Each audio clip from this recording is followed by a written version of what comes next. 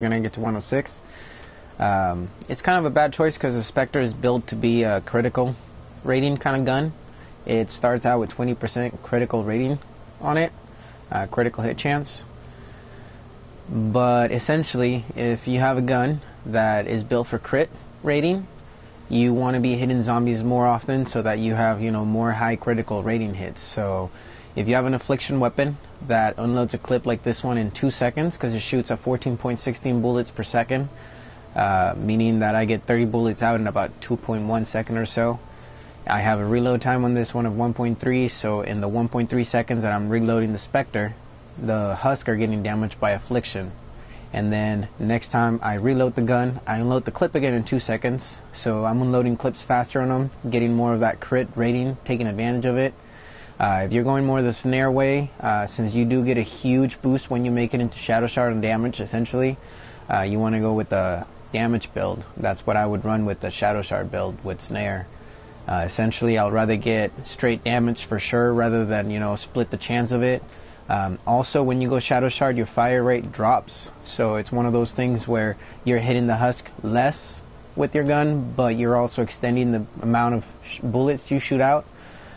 You end up putting a little bit more of a damage output, but let's go into details. So essentially with this one's my crit chance build. If I were to go into obsidian, I keep my fire rate of 14.16. The damage doesn't go up that much compared to what it is at this point. I have a higher durability, and at this point I have a higher critical hit chance on the husk. So I'm getting a little more damage when I get those hits. I'm unloading fast, I'm reloading fast. When you go into shadow shard, you lose some of that fire rate, but in addition you get the benefit of being able to shoot for a longer amount of time. So at this point, you're unloading 30 bullets in about 2.5 seconds instead of 2 seconds. You're reloading in the same amount of time. You're not costing any addition. Oh, well, I'm still talking about the affliction, I guess. And essentially, you're still getting that affliction damage. So if you want to go with the affliction damage, you can. But the reason why I would go in the obsidian is just because that affliction damage keeps on damaging while you're reloading. You're getting more of that critical hit chance in the meantime. And if you want to go with the shadow shard, if you're trying to rationalize your gun materials, you can use a snare weapon for shadow shard. And the reason is because you're doing more solid damage. You're doing a longer period of solid damage onto the husk. Your gun gets a bigger boost out of damage on that as well. You get a lower durability, and your clips, you're unloading a little bit slower. So, if you care. Obviously, I haven't really done that. I've been just going shadow shard constantly because shadow shard does more damage. But starting from this point on, especially if I get some of the collection items more than once, I'm going to be doing that, and that's something that, it helps with breaking down your materials. You get more obsidian materials throughout the game. Your defenders go through guns faster than you.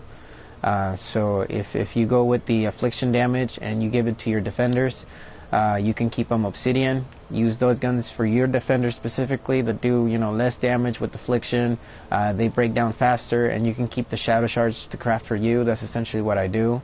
And then that way my defenders can be shooting out like crazy, helping the missions, and I don't have to worry about running out of my shadow shard, which is essentially the #1 material for me, because let's be honest, it kicks butt whenever you have damage. I have this one right here.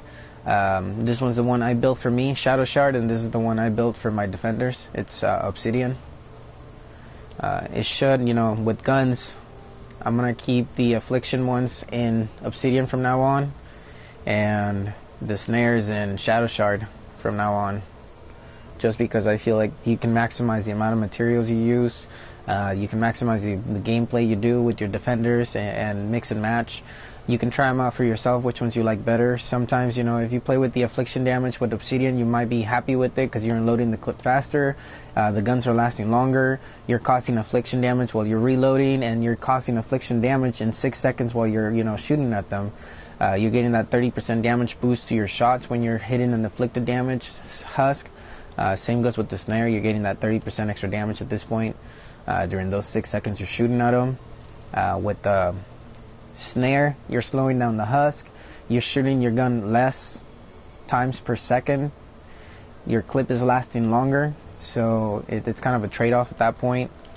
Fast bullet reload, fast bullet unload into the husk, critical rating on it because you're shooting more times per second, so you get more chance of causing high damage.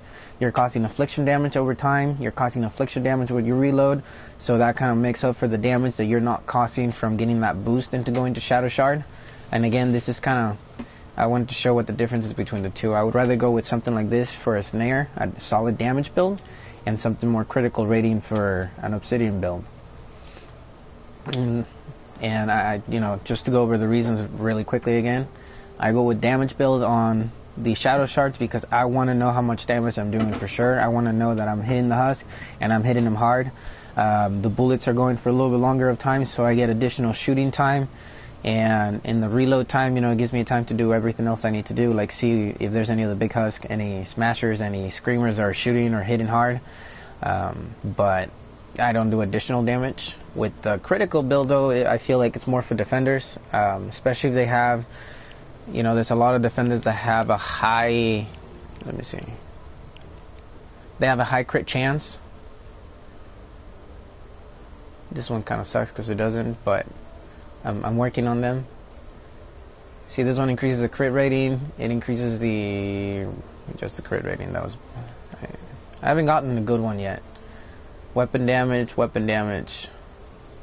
I'm looking for a good one. And a good one, I mean something like this, where it increases sniper rifle damage, increased range weapon crit damage, increases magazine size. If that magazine size was something else like crit chance or damage, I would be happier. But you can't ask for your cake and eat it too, right? And since you're using, obsidian for critical build ratings and your defenders can shoot faster if they have the perk for it, then you're increasing even the damage you're doing with the gun like that. And then just solid damage for yourself, that way you're hitting hard, you don't rely on luck. Or if you want to go with the crit build, you can go with the crit build on this one. It's just know that it's taking longer for your clip to live your magazine, so a crit build is not doing as much crit rating chance damage as it would on a faster shooting gun. So that's why I keep a crit build for obsidian and a damage build for snares, so that when I'm slowing down the husk, I'm hitting them harder and I know what I'm doing. And on this one, it's more like I'm chancing I'm chancing the gun, so defenders get to use it. I don't have to worry about running out of Shadow Shard because I don't really use obsidian that much except for rocket launchers, which I use a lot when I want to go storm chest hunting, if I ever do, just because they're fun to shoot all 50 husk as soon as they spawn. It makes a cute little sound, like presents are being delivered, sort of. I love this gun. So anyways, yeah, that's why I would recommend, going that way. And using the silent Specter here, you can see the difference clearly. One is a damage build, but whenever you go to upgrade, evolve them, the trade-off is you're losing fire rate with Shadow Shard, and you are losing potential damage with obsidian. So you trade one for the other. And if you have the snare on the high hitter, you pretty much have husk walking slower to you, so the fire rate, it's pretty much similar in both. You can also go with the solid damage build if you want to do the obsidian route. It's just that since you're shooting faster and you're unloading your clip faster, you get more of a chance of doing more damage with those critical hits, especially in a gun like this that has a 20% starting critical hit chance. There's some guns that start at 10, and those guns, they should be used more for like damage builds, just because that crit chance is not going to be high enough to really benefit you, especially if you like to aim and you like to try to get headshots for practice. If you suck at Battle Royale like I do, then I do shoot husk in the head as much as I can. That's why I built a high headshot damage on guns, because I get, I aim for a lot of headshots if I can, just to practice, because I suck at Battle Royale. Yeah. So anyways, if you guys don't agree with that, or you guys agree with that, let me know. I might be wrong about the builds, but honestly I feel like that would be a good build for them if this one wasn't a high critical hit chance to begin with.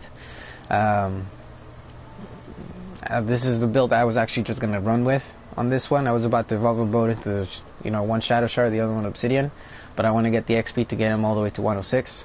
That way I can do a couple runs in levels and compare one to the other, see how they differ.